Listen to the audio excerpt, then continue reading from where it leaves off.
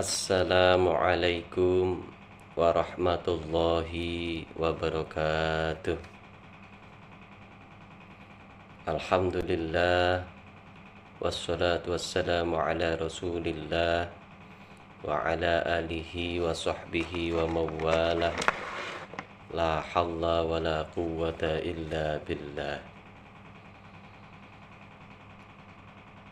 Yang saya hormati Bapak Ibu dosen Stay Al-Hidayah Kuantan Singingi,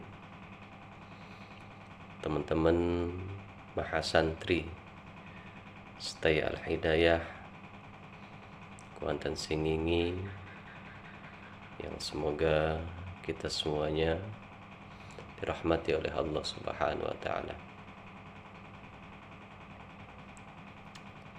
Alhamdulillah, puji syukur adalah sama-sama kita panjatkan kepada Allah Subhanahu wa taala atas segala limpahan rahmat, nikmat, taufik serta maunahnya kepada kita semuanya, sehingga kita masih diberikan kesehatan, keselamatan, dan umur yang panjang.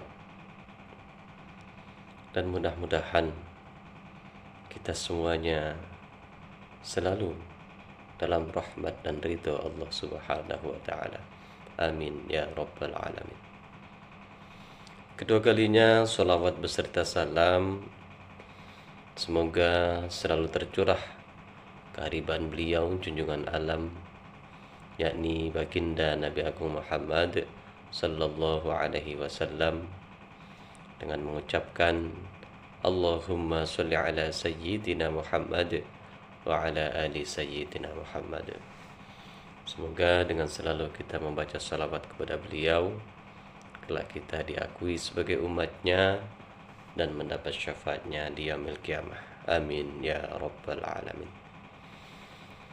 Bapak Ibu dosen dan rekan-rekan sekalian yang kami hormati dan semoga dirahmati oleh Allah Subhanahu wa taala,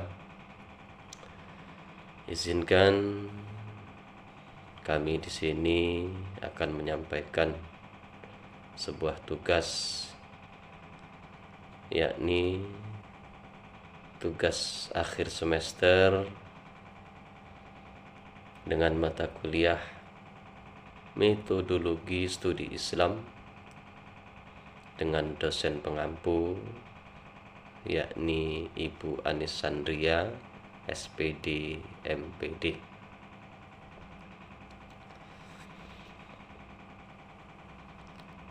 Bapak Ibu, teman-teman sekalian yang kami hormati,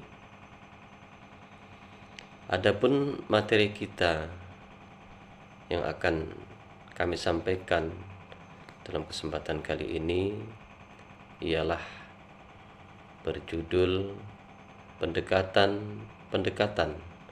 dalam memahami Islam. Pendekatan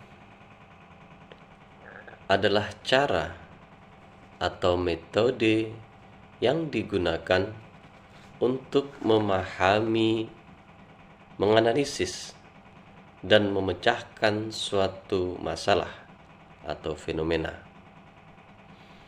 Dalam konteks studi Islam, pendekatan merujuk pada cara atau metode yang digunakan untuk memahami dan menganalisis ajaran, praktik, dan fenomena Islam. Pendekatan ini dapat berupa, pertama ialah cara berpikir.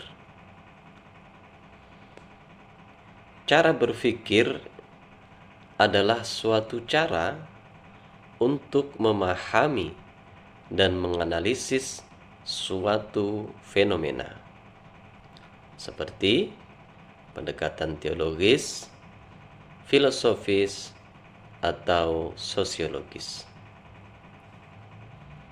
Yang kedua ialah metode penelitian. Metode penelitian adalah suatu cara untuk mengumpulkan dan menganalisis data seperti pendekatan historis, antropologis, atau fenomenologis. Dan yang selanjutnya, nomor 3, ialah perspektif.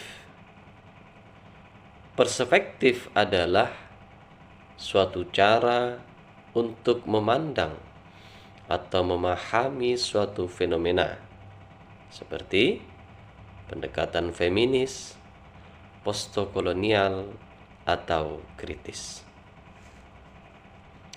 Bapak Ibu, teman-teman sekalian yang saya hormati,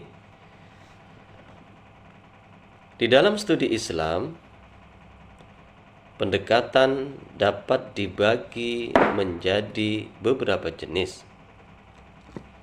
Yang pertama ialah pendekatan internal.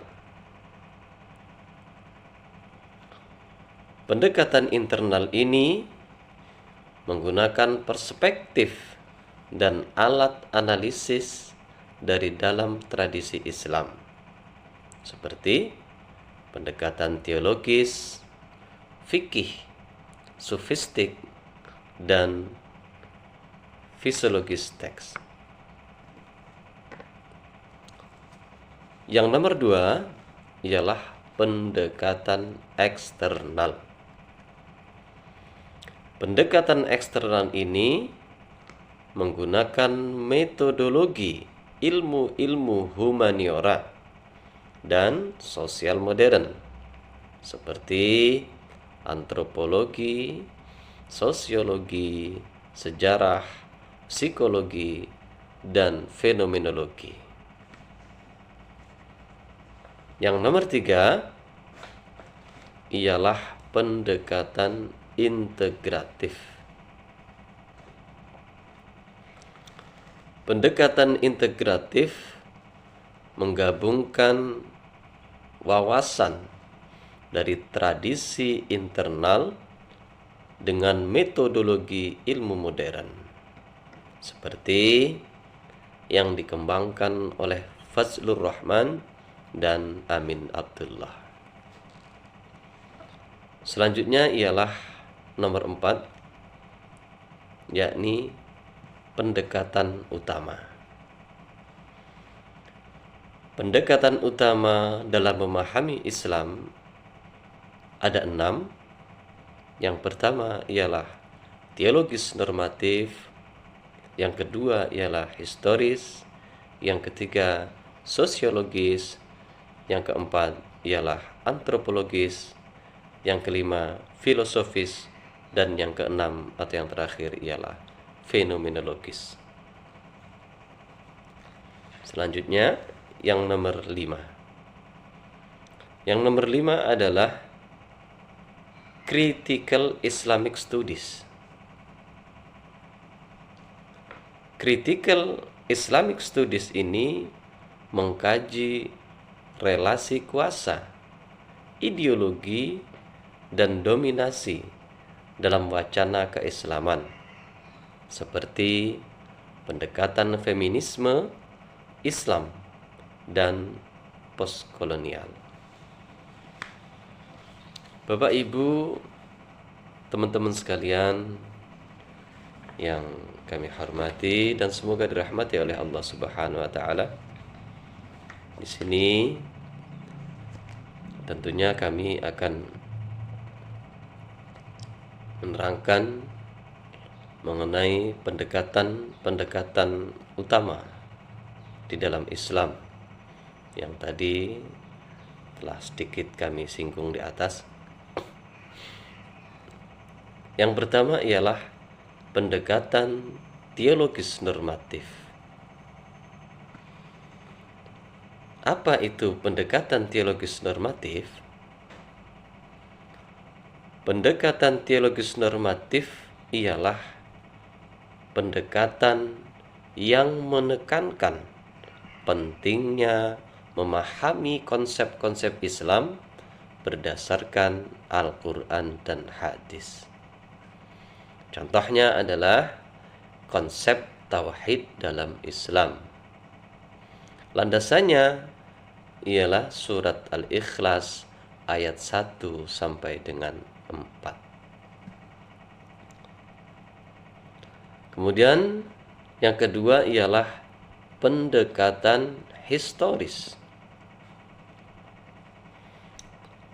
Apa itu pendekatan historis? Pendekatan historis ini ialah pendekatan yang menekankan pentingnya memahami sejarah dan konteks sosial budaya Islam. Contoh pendekatan ini ialah sejarah terjadinya Perang Badar. Perang Badar terjadi pada tahun 624 Masehi ketika umat Islam yang berjumlah 300 orang mengalahkan pasukan musyrik Mekah berjumlah 1000 orang. Dari Perang Badar ini Allah menunjukkan kekuasaan dan pertolongannya kepada umat Islam yang beriman, yang selalu mengikuti ajaran dan perintah dari Allah maupun dari Rasul-Nya. Selanjutnya, yang nomor 3 ialah pendekatan sosiologis. Apa itu pendekatan sosiologis? Pendekatan sosiologis ialah pendekatan yang menekankan pentingnya memahami struktur dan institusi Islam. Contohnya adalah peran masjid dalam masyarakat. Menganalisis tentang bagaimana masjid berfungsi sebagai pusat kegiatan sosial, pendidikan, dan keagamaan dalam masyarakat Muslim. Itulah contoh dari pendekatan sosiologis. Bapak, Ibu, teman-teman sekalian yang saya hormati, kemudian kita melanjutkan pendekatan yang nomor 4. Pendekatan yang nomor 4 adalah pendekatan antropologis. Apa itu pendekatan antropologis? Pendekatan antropologis ialah pendekatan yang menekankan pentingnya memahami budaya dan tradisi Islam. Contoh ialah tradisi ziarah kubur yang sering dilakukan oleh masyarakat mayoritas di Indonesia. Adanya studi tentang bagaimana umat Islam di suatu daerah melakukan ziarah kubur, termasuk ritual, makna, dan tujuan spiritualnya. Baik, kita melanjutkan pembahasan selanjutnya ialah mengenai pendekatan yang nomor 5. Pendekatan yang nomor 5 ialah pendekatan filosofis. Apa itu? Pendekatan filosofis ialah pendekatan yang menekankan pentingnya memahami konsep-konsep Islam secara filosofis. Contoh ialah konsep takdir di dalam Islam. Landasannya ialah Al-Quran surat ke-35 ayat 2 yang artinya ialah, dan tidak ada yang dapat menahan takdir Allah, dan tidak ada pula yang dapat menunda takdir Allah Subhanahu wa Ta'ala. Filosofinya adalah takdir dalam Islam ialah sebuah konsep yang kompleks yang melibatkan kebebasan manusia dan kekuasaan Allah Subhanahu wa Ta'ala. Takdir ialah sebuah misteri yang tidak dapat dipahami sepenuhnya oleh manusia, tetapi harus diterima dengan iman dan tawakal kepada Allah Subhanahu wa Ta'ala. Bapak Ibu, teman-teman sekalian yang saya hormati dan semoga dirahmati oleh Allah Subhanahu wa Ta'ala. Materi terakhir ialah pendekatan yang nomor 6, yakni pendekatan fenomenologis. Pendekatan fenomenologis ini menekankan pentingnya memahami pengalaman dan persepsi umat Islam.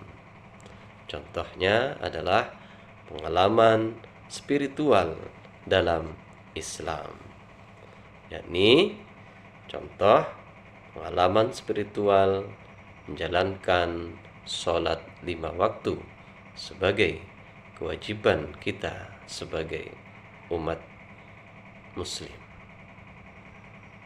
Sholat di dalam Islam adalah suatu pengalaman spiritual yang sangat mendalam, yang melibatkan hubungan langsung antara manusia dengan Sang Pencipta, antara hamba dengan Tuhannya, yakni Allah Subhanahu wa Ta'ala. Dengan menjalankan sholat 5 waktu, insya Allah manusia, terutama umat Islam, akan terjaga baik dari sifat-sifat yang tidak terpuji maupun dari perbuatan dan perkataan yang kurang baik.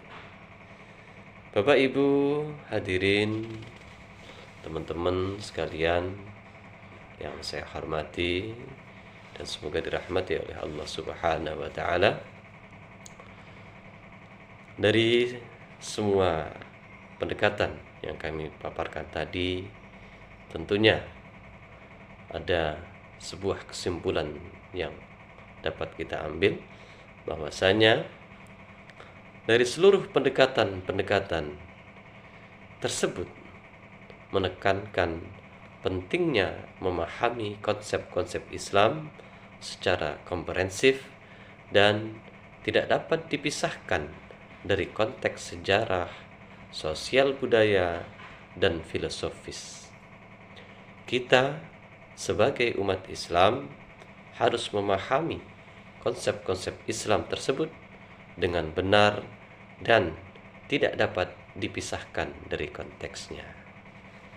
Hadirin, Bapak Ibu, teman-teman sekalian, mungkin itu pemaparan materi dari kami guna untuk melengkapi ataupun persyaratan ujian akhir semester ganjil di SETAI Al-Hidayah dengan mata kuliah Metodologi Studi Islam oleh Ibu dosen Anisandria, SPD, MPD. Terima kasih atas semuanya yang telah diberikan kepada kami, kesempatan, waktu, dan tentunya kami mohon maaf yang sebesar-besarnya apabila banyak kesalahan di sana sini, mungkin penyampaian yang kurang pas. Tentunya kami masih dalam tahap belajar, mohon bimbingan dan arahannya. Demikian dari kami. Terima kasih atas segala perhatian. Mohon maaf atas segala kekurangan, dan kami akhiri Ihdinas syiratal mustaqim. Wallahul muwaffiq ila aqwamit thoriq. Wassalamualaikum warahmatullahi wabarakatuh.